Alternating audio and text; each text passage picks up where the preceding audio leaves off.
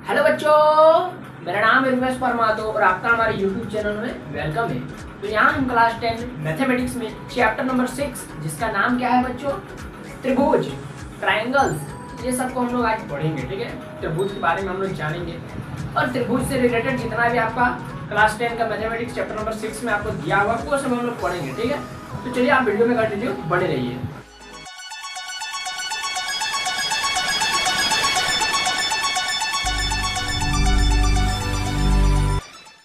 तो सबसे पहले हमारा क्या काम क्या था बच्चों कि क्लास 10 का मैथमेटिक्स के एनसीईआरटी बुक को अपना निकाल कर बैठना है और पेज नंबर आपको कितना निकालना है, पेज नंबर आपको निकालना है, आप पेज नंबर निकालेंगे कितना में है ये 130 में। ठीक है, 130 पेज नंबर निकाल लीजिए, वहाँ पर आपका त्रिभुज लिखा हुआ है।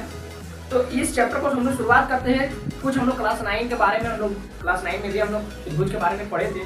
ठीक है, तो देखिए त्रिभुज होते हैं ना, वो बहुत प्रकार के त्रिभुज होते हैं। ठीक है, त्रिभुज तो आप जानते हैं कि त्रिभुज मतलब तीन भुजाओं जिसके होंगे उन्हें हम लोग क्या बोलेंगे, त्रिभुज बोलेंगे। जिसके तीन भुजा होंगे उसको हम लोग क्या बोलेंगे, त्रिभुज बोलेंगे। ठीक है, त्रिभुज बहुत प्रकार का होता है। जैसे होता है आपका समबाहु त्रिभुज होता है जिसका सभी भुजाएं बराबर होता है। समकोण त्रिभुज होता है जिसका एक कोण 90 डिग्री होगा और बाकी दो कोण न्यून कोण होगा, जिसको दो कोण को जोड़ने पर 90 होता है और एक अकेले 90 होता है।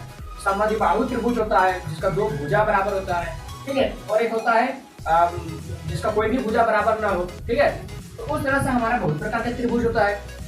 तो यहाँ पर हम लोग क्लास 9 में क्या पढ़े थे, आप कुछ याद कीजिए। आपने पढ़ा था सर्वांगसम त्रिभुज के बारे में पढ़ा था, सर्वांगसम त्रिभुज में कॉन्ग्रुएंट ट्रायंगल के बारे में पढ़ा था। और यहाँ पर हम लोग पढ़ेंगे हम लोग। अच्छा, आपने सर्वांगसम त्रिभुज में क्या पढ़ा था क्लास 9 में? आपने पढ़ा था कि क्या पढ़ा था कि वैसा दो आकृतियां हैं, वैसा या फिर वैसे दो त्रिभुज जिनके आकार और आमाप यानी शेप एंड साइज दोनों बराबर होंगे, तो उसको हम लोग क्या बोलते हैं, सर्वांगसम त्रिभुज बोलते हैं। तो इसको लिखना है क्या, लिख लेते हैं इसको भी, एक बार क्लास 9 को भी रिपीट कर लेते हैं। ठीक है बच्चों, देखिए हम लोग क्या पढ़े थे सर्वांगसम त्रिभुज क्लास 9 में।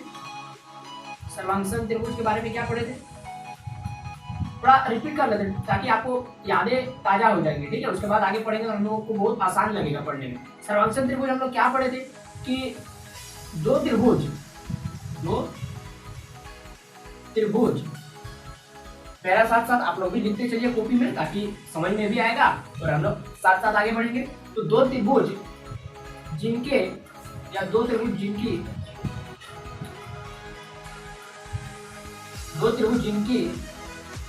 आकार जिसको लोग क्या बोलते हैं, शेप बोलते हैं।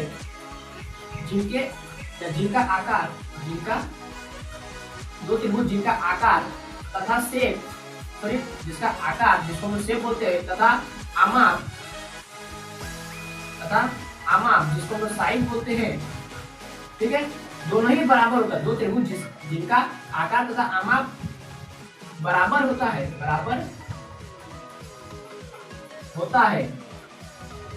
उसे हम लोग क्या बोलते हैं बच्चों, उसे ही तो हम लोग बोलते हैं, क्या बोलते हैं, सर्वांगसम त्रिभुज। ठीक है, इसी को हम लोग क्या बोलते हैं बच्चों, सर्वांगसम त्रिभुज बोलते हैं। इतना आपने क्लास 9 में पढ़ा था, सर्वांगसम त्रिभुज के बारे में पढ़ा था कि वैसा दो त्रिभुज जिसका आकार तथा आमाप बराबर होता है उसे हम लोग क्या बोलते हैं बच्चों, सर्वांगसम त्रिभुज बोलते हैं। यदि आपको फिर से इसको नोट करने का मन है तो आप लिख सकते हैं। ठीक है, और सर्वांगसम त्रिभुज बोलते हैं। और अब हम लोग क्या पढ़ेंगे, समरूप त्रिभुज के बारे में पढ़ेंगे। इसको इंग्लिश में क्या बोलते हैं, कॉन्ग्रुएंट ट्रायंगल। और हमको क्लास 10 में क्या पढ़ना है बच्चों, हम क्लास 10 में पढ़ना है समरूप त्रिभुज के बारे में। समरूप त्रिभुज के बारे में, समरूप त्रिभुज जिसको इंग्लिश में क्या बोलते हैं, सिमिलर ट्रायंगल।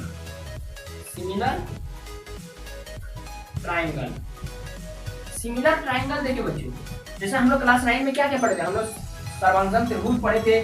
सर्वांगसम त्रिभुजों की कसौटी पढ़े थे जिसमें हम लोग भुजा, साइड, भुजा, एंगल, भुजा मतलब भुजा, कोण, भुजा से हम लोग क्या किए थे, हम लोग सर्वांगसम त्रिभुज को प्रूफ कर रहे थे कि सर्वांगसम त्रिभुज ये दो आकृतियां है क्या नहीं।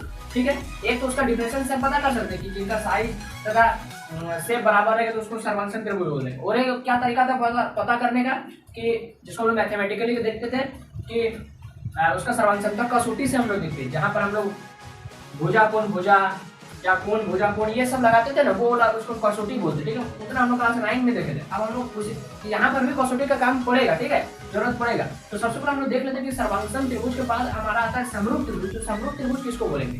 तो देखिए समरूप त्रिभुज जो होता है ना, वो कुछ नहीं होता है, दो त्रिभुज जिनका आकार समान हो। आमाप समान होने का जरूरत नहीं है, मतलब आमाप समान नहीं है, कोई दिक्कत नहीं है। मतलब समान मतलब आमाप उसका समान होना आवश्यक न हो, तो उसको हम लोग क्या बोलेंगे? समरूप त्रिभुज।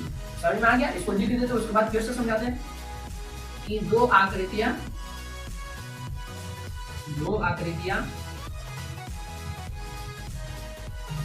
जिनका आकार यानी केवल शेप, इसको केवल शेप से मतलब है, जिसका आकार यानी शेप समान हो, परंतु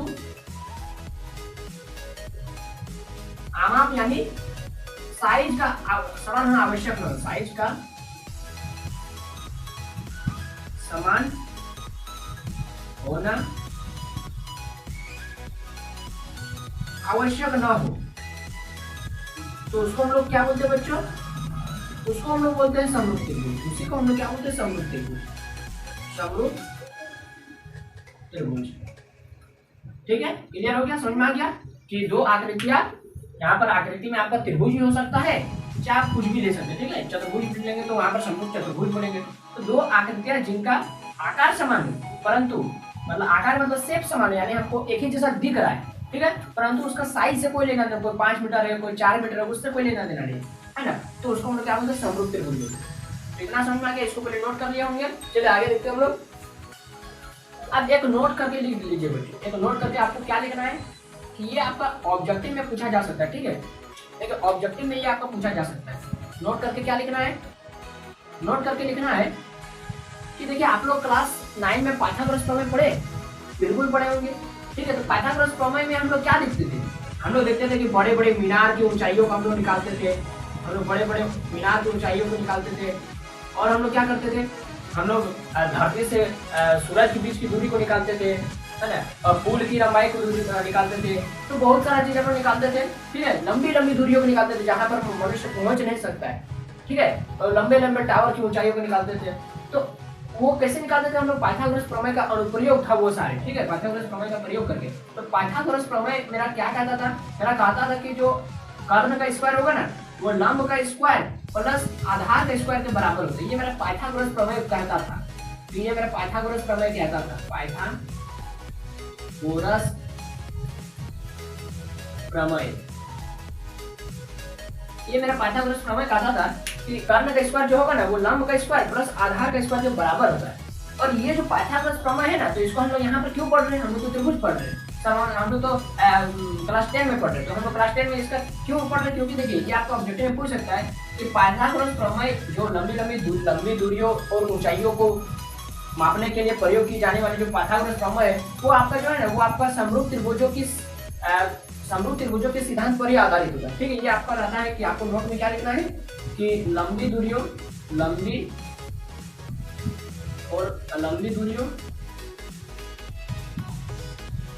और ऊंचाइयों को मापने के लिए ये आपको नोट में लिखना है, ठीक है। मापने के लिए प्रयुक्त या फिर प्रयोग की जाने वाली पाइथागोरस प्रमेय जो है ना, वो आपका त्रिभुजों की समरूपता के सिद्धांत पर आधारित है। समरूपता के सिद्धांत पर आधारित है। त्रिभुजों की समरूपता के सिद्धांत पर आधारित है। देखिए ये किस तरह से आपको ऑब्जेक्टिव में पूछता है? ये पूछता है कुछ इस तरह से कि आपको लिख देगा ऑब्जेक्टिव में कि लंबी दूरी और ऊंचाइयों को मापने के लिए प्रयोग पाइथागोरस प्रमेय किस पर आधारित है। इस तरह से आपका ऑप्शन में रहेगा कि त्रिभुजों की ऑप्शन में रहेगा त्रिभुजों की सर्वांग क्षमता, दूसरा ऑप्शन रहेगा त्रिभुजों की समरूपता, तीसरा कुछ भी रह सकता है, दोनों, या फिर चौथा इनमें से कोई नहीं। तो आपको क्या टिक करना है, जिसमें समरूपता लिखा रहेगा, यानी त्रिभुजों की समरूपता के सिद्धांत पर आधारित होता है। कौन? पाइथागोरस प्रमेय। ठीक है, चलिए इसको नोट कर ले। जो आप देखते हैं इतना हम लोग पढ़ लिए। अब मैं ना आपको कुछ सवाल देता हूँ जो आपने क्लास 9 में पढ़ा है, ठीक है, और चेक कर रहा हूँ, आप अपने आप को चेक कीजिए कि क्लास 9 का कितना हमको याद है। ठीक है, चेक कीजिए कि ये सवाल का अगर आप आंसर देने सक रहे क्या नहीं। देखिए क्या लिखेंगे, क्लास 9 के सवाल, क्लास 9 के सवाल बहुत आसान आसान, ये आपका एनसीईआरटी बुक में दिया हुआ है। ठीक है, इसीलिए मैं इसको बता दे रहा हूँ। देखिए क्लास 9 के सवाल, ठीक है, देखिए क्या क्या सवाल है, आपको इसका आंसर बताना है। ठीक है, ऑब्जेक्टिव है, आसान आराम से बता देंगे। समान त्रिज्या वाले सभी वृत्त होते हैं, समान त्रिज्या वाली सभी वृत्त व्यास होते हैं, व्यास होते हैं। क्या होते हैं आपको बताना है, क्या होते हैं। तो इसका ऑप्शन भी आपको दे दिया है, क्या दे दिया है, सर्वांगसम होते हैं या फिर समरूप होते हैं। ये आपको इसका क्या दे दिया है, ये आपको ऑप्शन भी दे दिया है। दूसरा क्वेश्चन कि समान लंबाई की भुजा वाले सभी वर्ग व्यास होते हैं, समान लंबाई की भुजा वाले, लंबाई की भुजा वाले सभी वर्ग व्यास होते हैं, व्यास होते हैं। ऑप्शन वही है, ऑप्शन वही है, सर्वांगसम होते हैं या समरूप होते हैं, ये आपको बताना है। ठीक है, और तीसरा क्वेश्चन है, बस 3 क्वेश्चन है, ज्यादा नहीं है। समान लंबाई की भुजा वाले सभी समबाहु त्रिभुज, समान लंबाई की भुजा वाले सभी समबाहु त्रिभुज, सभी समबाहु त्रिभुज व्यास होते हैं, व्यास होते हैं। क्या होते हैं, वही ऑप्शन है, सर्वांगसम होते हैं ना समरूप होते हैं। देखिए ये आपको बताना है, बताइए क्या होगा इसका आंसर। देखिए बोला कि समान त्रिज्या वाली सभी वृत्त क्या होते हैं, सर्वांगसम होते हैं या समरूप होते हैं। अच्छा, यदि आपको ये सब का आंसर नहीं पता है तो मैं आपको एक ट्रिक बता दूं। ठीक है, तो ये वाला तो केवल यहीं पर अभी आपका काम देगा, एग्जाम में काम नहीं देगा। क्लास 9 के सवाल, तो क्लास 9 में बोले आपने क्या पढ़ा था, सर्वांगसम त्रिभुज के बारे में पढ़ा था ना, समरूप त्रिभुज के बारे में पढ़ा था। समरूप त्रिभुज पढ़ा था, नहीं पढ़ा था, तो सर्वांगसम त्रिभुज पढ़ा था। तो ये सारे सवाल किसके, क्लास 9 के, तो सारे में आंसर क्या होगा, सर्वांगसम त्रिभुज होगा। ठीक है, तो देखिए यहाँ पर फिर भी हम लोग समझ लेते हैं, यदि एग्जाम में एक क्वेश्चन सर्वांगसम त्रिभुज का दे दिया और एक समरूप त्रिभुज का दे दिया तो हम कैसे पहचानेंगे। तो देखिए कैसे पहचानेंगे, आपको क्वेश्चन को पढ़ना और माइंड में इमेज बनाना है। सभी त्रिज्या, समान त्रिज्या वाले सभी वृत्त, समान त्रिज्या, ठीक है, मान लेते हैं त्रिज्या दे दिया है 2 सेंटीमीटर का, मान लेते हैं त्रिज्या दे दिया है 2 सेंटीमीटर का, एक वृत्त खींच दिया। ठीक है, 2 सेंटीमीटर का त्रिज्या वाला एक वृत्त खींच दिया, समान त्रिज्या वाले सभी वृत्त, और एक वृत्त खींच दिया वो भी 2 सेंटीमीटर त्रिज्या वाला है। तो बोल रहा है कि सभी वृत्त क्या होते हैं, सर्वांगसम होते हैं ना समरूप होते हैं। तो सर्वांगसम त्रिभुज का डिफिनेशन क्या था, सर्वांगसम त्रिभुज का डिफिनेशन था जिसका आकार मतलब शेप और आमाप यानी साइज दोनों बराबर होगा, तो उसको हम सर्वांगसम त्रिभुज बोलते हैं। तो देखिए यदि इस त्रिभुज को, यदि इस सर्कल को हम लोग इस सर्कल के ऊपर में जाकर रख देंगे तो क्या ये नहीं उसको ढक देगा, पूरा पूरी बिल्कुल ढक देगा, क्योंकि दोनों ही वृत्त के जैसा है, मतलब वृत्त है और दोनों का आकार समान है, दोनों का साइज 2-2 सेंटीमीटर का है। ठीक है, तो इसका मतलब क्या, ये हो जाएगा सर्वांगसम त्रिभुज। तो यहाँ पर क्या टिक कर, यहाँ पर क्या लिख देना है, सर्वांगसम त्रिभुज। ठीक है, फिर देखिए समान लंबाई वाली भुजा वाले सभी वर्ग, तो समान लंबाई वाली भुजा यानी मान लेते भुजा, अच्छा वर्ग किसको बोलते हैं, जिसका सभी भुजाएं बराबर होती है। मान लेते 10 मीटर वाला भुजा है, ठीक है, 10 मीटर भुजा वाला, 10 मीटर भुजा वाला, 10 मीटर भुजा वाला, ठीक है, सभी वर्ग होते हैं। तो एक और वर्ग ले लेते हैं, वो भी 10 मीटर भुजा वाला है, 10 मीटर भुजा वाला, 10 मीटर भुजा वाला, 10 मीटर भुजा वाला, 10 मीटर भुजा वाला। ठीक है, तो समान लंबाई वाले सभी वर्ग, तो यदि इस वर्ग को इसके ऊपर में रख देंगे तो समान लंबाई वाला है भुजा वाला। ठीक है, तो ये और वर्ग है, कोई दूसरा चीज नहीं है, तो ये इसको भी पूरा पूरा ढक देगा। इसका मतलब इसका भी आंसर क्या आ जाएगा, सर्वांगसम त्रिभुज हो जाएगा। ठीक है, तो ये सर्वांगसम होते हैं, क्या होते हैं, सर्वांगसम होते हैं, सभी वर्ग क्या होते हैं, सर्वांगसम होते हैं। वो भी कौन सा वर्ग, जिसका समान लंबाई वाला भुजा होगा। ठीक है, उसी तरह से समान लंबाई की भुजा वाले सभी समबाहु त्रिभुज, जिसका सभी भुजाएं बराबर होती है, वैसे त्रिभुज को हम लोग समबाहु त्रिभुज बोलते हैं। ठीक है, ये भी मान लेते हैं 3 सेंटीमीटर भुजा वाला, 3 सेंटीमीटर भुजा वाला, 3 सेंटीमीटर भुजा वाला, ये भी 3 सेंटीमीटर भुजा वाला, ये भी 3 सेंटीमीटर भुजा, 3 सेंटीमीटर भुजा वाला। इस त्रिभुज के इसको ऊपर में ढाल सकते हैं, यानी इसका ये भी समबाहु त्रिभुज है दोनों, यानी सभी समबाहु त्रिभुज है और सभी का भुजाओं की लंबाई समान है, यानी ये भी क्या होगा, सर्वांशम त्रिभुज होगा। इस तरह से आपको क्वेश्चन को समझना है, माइंड में इमेज बनाना है, यदि लिखने का मन है तो कुछ अपने से ड्रॉ करके उसको लिख लेना है और उसको समझ के सही आंसर टिक करना है। ठीक है, तो इतना आप लोग समझ के इसको नोट कर ले। अब देखिए बच्चों, अब हम लोग देखते हैं, अब लिखा है, देखिए उसी को मिटा करके हम लोग थोड़ा चेंज कर दिए। क्लास 10 का सवाल, अब हम लोग क्लास 10 में पढ़ रहे हैं, तो क्लास 10 का भी सवाल को देख लेते हैं। तो क्लास 10 में अभी हम लोग नया क्या पढ़े, समरूप त्रिभुज के बारे में। ठीक है, समरूप त्रिभुज क्या होता है, कुछ डिफिनेशन कि दो आकृतियां या फिर दो त्रिभुज जिनका आकार समान हो, मतलब यदि त्रिभुज है तो त्रिभुज ही रहना चाहिए, यदि आयत है तो आयत ही रहना चाहिए, वर्ग है तो वर्ग ही रहना चाहिए। ठीक है, चाहे उसके आकार कुछ, मतलब चाहे उसका आमाप मतलब होता है साइज कुछ भी हो, 2 मीटर का हो, चाहे 4 मीटर का है, चाहे 6 मीटर का, कुछ भी हो। ठीक है, तो उससे लेना देना नहीं है, तो उसको यानी केवल उसका आकार सेम रहना चाहिए, तो उसको हम लोग क्या बोलते हैं, समरूप त्रिभुज, सिमिलर ट्रायंगल। ठीक है, या समरूप आकृतियां। ठीक है, देखिए सभी वृत्त क्या होते, सभी वृत्त क्या होते, सभी वर्ग क्या होते, सभी समबाहु त्रिभुज क्या होते, ये है इसका क्वेश्चन। ठीक है, तो देखिए सभी वृत्त ड्रॉ करते हैं। मान लेते हैं बड़ा सा वृत्त बना दिए, एक छोटा सा वृत्त बना दिए। ये मान लेते हैं 5 सेंटीमीटर भुजा वाला है, सॉरी 5 सेंटीमीटर त्रिज्या वाला है, ये मान लेते हैं 1 सेंटीमीटर त्रिज्या वाला है। ठीक है, तो देखिए हम लोग बनाए क्या, आखिर हम लोग वृत्त ही बनाए ना, हमको देखने में क्या लग रहा है, दोनों वृत्त ही लग रहा है, यानी जो देखने में हमको समान लगे तो उसको हम लोग क्या बोलते हैं, समरूप त्रिभुज। तो इसका आंसर क्या हो जाएगा, समरूप त्रिभुज। उसी तरह से सभी वर्ग बनाइए, सभी वर्ग, चाहे वो हम 1 सेंटीमीटर भुजा वाला बनाइए, चाहे आप 5 सेंटीमीटर भुजा वाला बनाइए, आखिर वर्ग है ना, तो ये भी क्या हो जाएगा, ये भी समरूप वर्ग हो जाएगा। ठीक है, सभी वर्ग क्या होते हैं, समरूप होते हैं। सभी समबाहु त्रिभुज, त्रिभुज नहीं बोला है, त्रिभुज यदि बोलेगा, यदि इस तरह से लिखा रहेगा सभी त्रिभुज, तो मान लेते कोई लड़का बोलेगा कि हम एगो समबाहु त्रिभुज बना दिए, एगो समकोण त्रिभुज बना दिए, है ना, एगो समद्विबाहु त्रिभुज बना दिए, तब तो हमको सब तो देखने में अलग अलग दिख रहा है, तब तो वो समरूप त्रिभुज नहीं होगा। तो इसीलिए सभी त्रिभुज नहीं लिखा है, सभी समबाहु त्रिभुज, यानी सारे क्या रहेंगे, चाहे वो आप 1 सेंटीमीटर भुजा वाला समबाहु त्रिभुज लीजिए, चाहे आप 10 सेंटीमीटर वाला समबाहु त्रिभुज लीजिए, समबाहु त्रिभुज है ना, तो ये भी क्या हो जाएगा, समरूप हो जाएगा। ठीक है, ये भी क्या हो जाएगा, समरूप हो जाएगा। ठीक है, सभी समबाहु त्रिभुज क्या होते हैं, समरूप होते हैं। तो ये भी आपको समझ में आ ही गया होगा, तो इसको भी आप नोट कर सकते हैं बच्चों। ठीक है, चलिए इसको भी नोट कर ले। अब आप लोग बच्चों, अब आप लोग क्या करेंगे, एक छोटा सा नोट क्या लिखेंगे, एक छोटा सा आपको नोट लिखना है। ठीक है, नोट लिखना है। नोट में आपको लिखना है क्या है, बहुत इंपॉर्टेंट नोट है, ये सबसे ज्यादा इंपॉर्टेंट नोट है। कि देखिए मान लेते हैं एक समरूप त्रिभुज का डिब्बा है। ठीक है, एक समरूप त्रिभुज का डिब्बा है। ठीक है,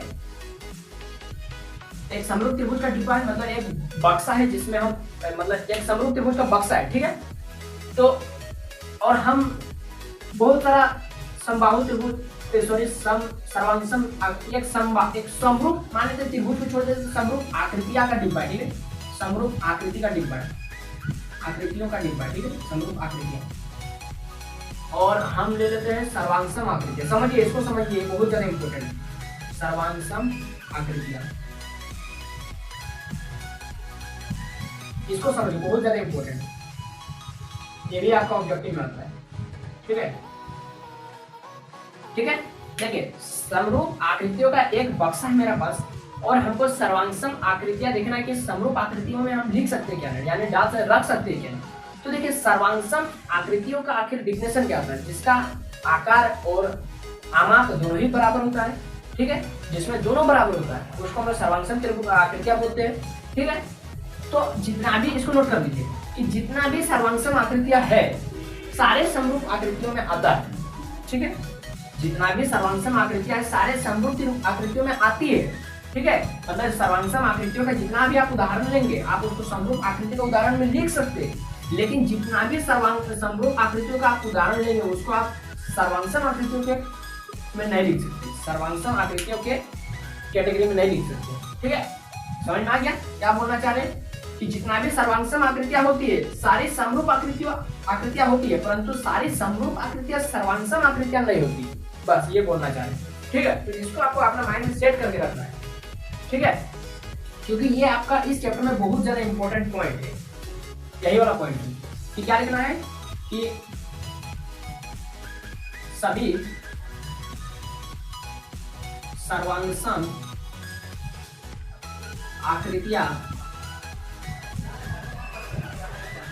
समरूप होती है, समरूप होती है, परंतु सभी समरूप आकृतियां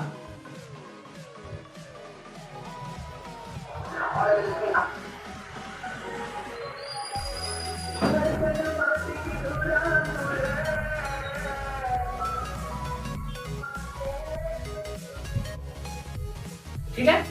देखिए क्या बताए नोट्स में कि सभी सर्वांगसम आकृतियां समरूप तो होती है परंतु सभी समरूप आकृतियां सर्वांगसम नहीं होती। बस यही आपको पॉइंट को अपने दिमाग में सेट रखना है, हमेशा के लिए याद रखना है, ठीक है। चलिए इसको नोट कर लीजिए। चलिए बच्चों अब हम लोग देखते हैं समरूपता की कसौटी आखिर क्या क्या होता है। समरूपता, समरूपता की कसौटी, ठीक है। जैसे मान लेते एक हम ले लेते हैं समबाहु त्रिभुज और एक ले लेते हैं हम लोग समकोण त्रिभुज, ठीक है। ये भी मान लेते हैं ABC है और ये वाला भी ABC है। क्या इसको क्या करना है, इधर से लिख देते ABC, ठीक है। देखिए आपको चेक करना है कि दोनों समरूप है क्या नहीं, दोनों जो आकृति हम लिए ये दोनों समरूप है क्या नहीं। सर्वांगसम का बात नहीं कर, समरूप है क्या नहीं। सर्वांगसम अब हम लोग छोड़ दिए, वो हम लोग क्लास 9 में ही पढ़े थे, 10 में पढ़ रहे समरूप के बारे में, ठीक है। मतलब हमको ये दो क्वेश्चन, मतलब हमको एक क्वेश्चन में ये दो को फिगर दिया हुआ है, ठीक है। एक समबाहु त्रिभुज है जिसका तीनों भुजाएं बराबर है और एक समकोण त्रिभुज है, ठीक है, जिसका एक कोण 90 डिग्री है, ठीक है, और बाकी दो कोण 45-45 का होगा, ठीक है। देखिए तो इसका कसौटी आखिर क्या है, इसका कसौटी है, देखिए इसका दो कसौटी है, इसका दो कसौटी है, ठीक है। तो देखेंगे कि समान भुजा, अच्छा बोलिए तो इसका भुजा तो समान है। देखिए ये वाला भी त्रिभुज है, ये वाला भी त्रिभुज है, यानी इसका भी भुजा 3 है, इसका भी भुजा 3 है, यानी भुजा तो समान है। तो हम लोग क्या लिखेंगे कि समान भुजा वाले, समान भुजा वाले, अच्छा यहाँ पर हम लोग त्रिभुज लिए तो हम लोग चतुर्भुज, षटभुज, पंचभुज कुछ भी तो ले सकते हैं ना, है छोटा बड़ा करके, है। तो समबाहु समान भुजा वाले सभी बहुभुज, सभी क्या सभी के जगह में क्या लिखेंगे, दो। हम लोग कंपेयर करते हैं ना कि ये दोनों समरूप है क्या नहीं। तो समान भुजा वाले दो बहुभुज समरूप होते हैं, समरूप ये बता रहा है कि क्या कंडीशन है समरूप होने का। दो समान भुजा वाले दो बहुभुज समरूप होते हैं, क्या कंडीशन है, समरूप होते हैं यदि, एक नंबर पहला कंडीशन क्या है, यदि उनके संगत कोण बराबर हो, संगत कोण बराबर हो। क्या बोला कंडीशन पहला कि यदि उनके संगत कोण बराबर हो। तो संगत कोण किसको बोलते हैं, जैसे ये ए है, ये AB और AC के द्वारा बनाया गया कोण क्या है, A, और मान लेते ये AB और AC के द्वारा बनाया गया कोण क्या है, ये वाला A, ठीक है। तो यदि ये दोनों कोण बराबर हो, यानी ये भी मान लेते 20 डिग्री है और ये भी मान लेते 20 डिग्री है, तब उसको हम लोग क्या बोलेंगे कि ये समकोण त्रिभुज है, सॉरी समरूप त्रिभुज है। और दूसरा कंडीशन क्या है, दूसरा है कि क्या है कि समान भुजा वाले दो बहुभुज समरूप होते हैं यदि उनके संगत कोण बराबर हो तथा संगत भुजाओं का अनुपात, तथा संगत भुजाओं का या संगत भुजाओं का अनुपात, या फिर संगत भुजाएं एक ही अनुपात में होती है। संगत भुजाएं एक ही अनुपात में होती है, एक ही अनुपात में होती है। समझ में आया कि समान भुजा वाले दो बहुभुज समरूप, तब उसको हम बोलेंगे यदि उनके संगत कोण बराबर है, यानी जिस तरह से अभी बोले कि ये 20 डिग्री है तो ये भी 20 डिग्री होना चाहिए, तथा उनके संगत भुजाएं एक ही अनुपात में हो। मतलब AB मान लेते ये है, देखिए संगत भुजाओं का अनुपात मतलब AB और इसका ये वाला AB2, ठीक है। और इसका मान लेते BC, और इसका वाला भी BC को या फिर इधर से लेना BC, इधर से CB लेंगे, CB। यदि ये दोनों, यदि ये जो अनुपात हम लोग निकालेंगे, मान लेते ये 5 सेंटीमीटर और ये भी है मान लेते 5 सेंटीमीटर और ये मान लेते 2 सेंटीमीटर है, तो ये भी यदि 2 सेंटीमीटर है तो ये 5 हो गया, AB 5 है, AB 5 है, तो इधर का भी AB तो इधर वाला ये वाला भी AB यदि 5 है और इधर BC जो यदि 2 सेंटीमीटर, तो इधर में CB यदि 2 सेंटीमीटर का है, यानी देखिए इसको भी काटेंगे तो 1 आएगा, इसको भी काटेंगे तो 1 आएगा, यानी 1 बराबर 1। यानी देखिए इनका जो अनुपात हम लोग निकाले संगत भुजाओं का अनुपात, यानी इसका भुजा बराबर वही वाला उसका भुजा, इसका भुजा बराबर वही वाला उसका भुजा, तो दोनों का यदि हम अनुपात निकालेंगे और बराबर आ गया, तब हम क्या बोलेंगे कि हाँ ये वाला समरूप त्रिभुज है। भले हमको दिखने में नहीं लग रहा है कि हम हाँ ये तो समबाहु त्रिभुज है और ये वाला तो समकोण त्रिभुज है, भले हमको देखने में नहीं लग रहा है, लेकिन हम जब उसका गुणधर्म को लगाएंगे, उसका प्रॉपर्टी को लगाएंगे, उसका कंडीशन को लगाएंगे, तब हो जाएगा मेरा समरूप, तब उसको हम क्या बोलेंगे समरूप त्रिभुज। ठीक है, यानी उसका प्रॉपर्टी को फॉलो कर रहा है। ठीक है, समझ में आ गया? चलिए इसको नोट कर लें। ठीक है बच्चों, नोट कर लिया आपने। अब देखिए अभी जो हम लोग लिखे थे नीचे में कि तथा उनके संगत भुजाओं का अनुपात समान होना चाहिए या फिर संगत भुजा एक ही अनुपात में होना चाहिए, जिसको हम लोग या फिर क्या लिख सकते हैं कि संगत भुजाएं समानुपाती होती है, मतलब समान अनुपाती। ठीक है, समझ में आ गया? तो देखिए, तो जो समानुपाती होता है उसी को गुण का हम लोग क्या बोलते हैं, स्केल गुणा करते हैं, उसी को हम लोग क्या बोलते हैं, स्केल गुणा। इसको भी आप नोट करके लिख सकते हैं या स्टार मार के लिख सकते हैं। देखिए क्या हो गया कि क्या लिखेंगे कि ये जो एक ही अनुपात का जो गुण है, ठीक है, स्केल गुणा का, स्केल गुणा का, ठीक है, स्केल गुणा का, या फिर इसको हम लोग क्या बोलते हैं, एक और इसका नाम क्या है, प्रतिनिधित्व भिन्न, या फिर इसका एक और नाम क्या है, प्रतिनिधित्व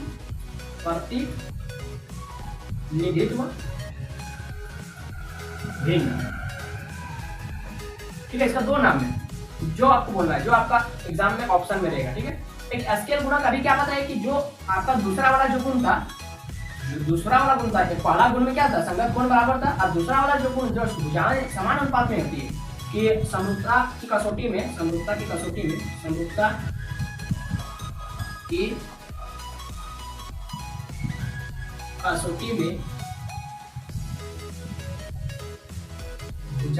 भुजाओं का समान अनुपात, भुजाओं के समान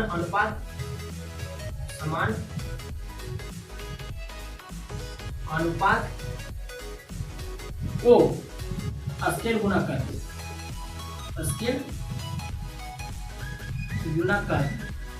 ठीक है बच्चों, समझ में आया कि जैसे देखिए आपको समझ में नहीं आया ना तो कोई दिक्कत नहीं है। देखिए अच्छा, आपने क्लास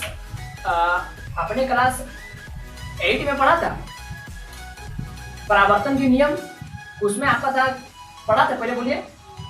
ठीक है, छोड़ दीजिए, नहीं पढ़ा था तो उसमें यदि आपने पढ़ा था क्लास 8 में परावर्तन के नियम, तो दूसरा नियम क्या था कि साइन आई बटे साइन आर, जिसको हम लोग स्नेल का नियम बोलते थे। उसी तरह से यहाँ पर स्केल गुणा किसको बोलते हैं, जो आपका समरूपता की दूसरी कसौटी है, समरूपता की कसौटी में जो दूसरी वाली कसौटी है कि भुजाओं के अनुपात एक ही अनुपात में होने चाहिए, भुजाओं के अनुपात समानुपाती होते हैं, तो उसी को हम लोग क्या बोलते हैं, स्केल गुणा करते हैं। ठीक है, समझ में आ गया? प्रतिनिधित्व भिन्न बोलते, तो इसको भी आप नोट करके लिख लिए होंगे। आप देखिए, आप उनमें क्या लिखेंगे बच्चों, सबसे एक ये इंपॉर्टेंट तो नहीं, लेकिन इसको समझ के रख लीजिए। देखिए जैसे यहाँ पर कोई लड़का है, ठीक है, ये अपना दोस्त को बुलाया यहाँ पर, ये इसका दोस्त है, ठीक है, और बोला कि ये बोला इसको क्या बोला कि रुको हम अपना एक और दोस्त को बुला रहे, तो ये अपना एक और दोस्त को बुलाया।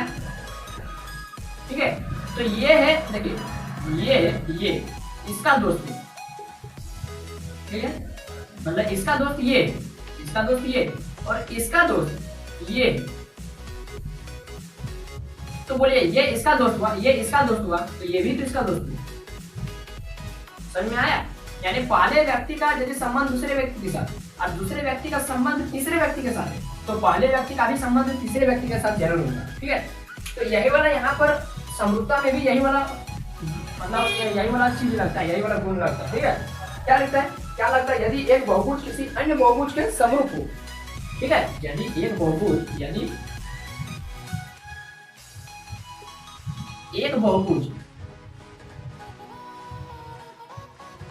किसी अन्य बहुभुज के समरूप हो, किसी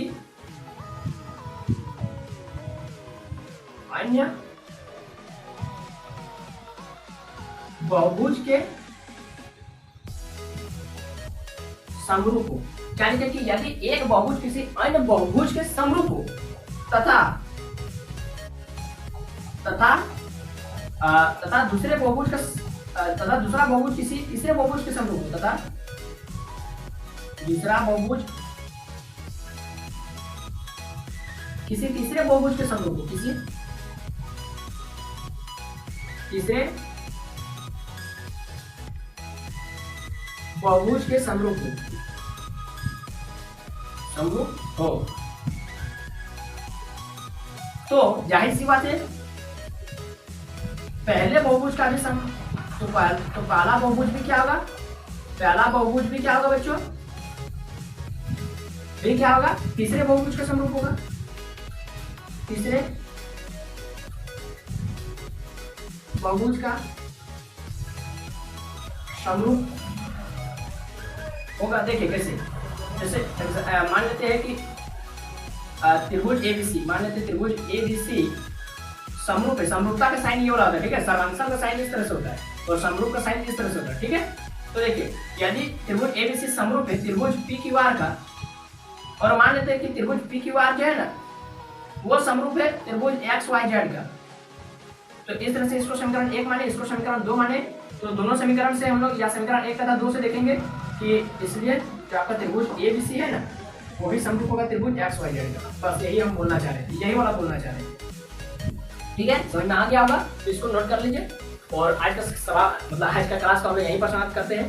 तो वीडियो आपको कैसा लगा, हम लोग अगला दिन क्या चलेंगे अगले क्लास में हम लोग एक्सरसाइज 6.1 को हम लोग खत्म करेंगे, ठीक है। तो ये वीडियो आपको कैसा लगा आप लोग कमेंट बॉक्स में जरूर बताएं। वीडियो अच्छा लगा तो लाइक करना है, और वीडियो अच्छा लगा तो लाइक करना है, कमेंट करना है, और अपने दोस्तों में वीडियो के लिंक को क्या करना है, शेयर करना है। और अगर हमारे चैनल पर अगर आप पहली बार आए और पढ़कर आपको अच्छा लगा तो क्या करना है, चैनल को सब्सक्राइब करना है। तो बस अभी के लिए इतना ही। जय हिंद, वंदे मातरम।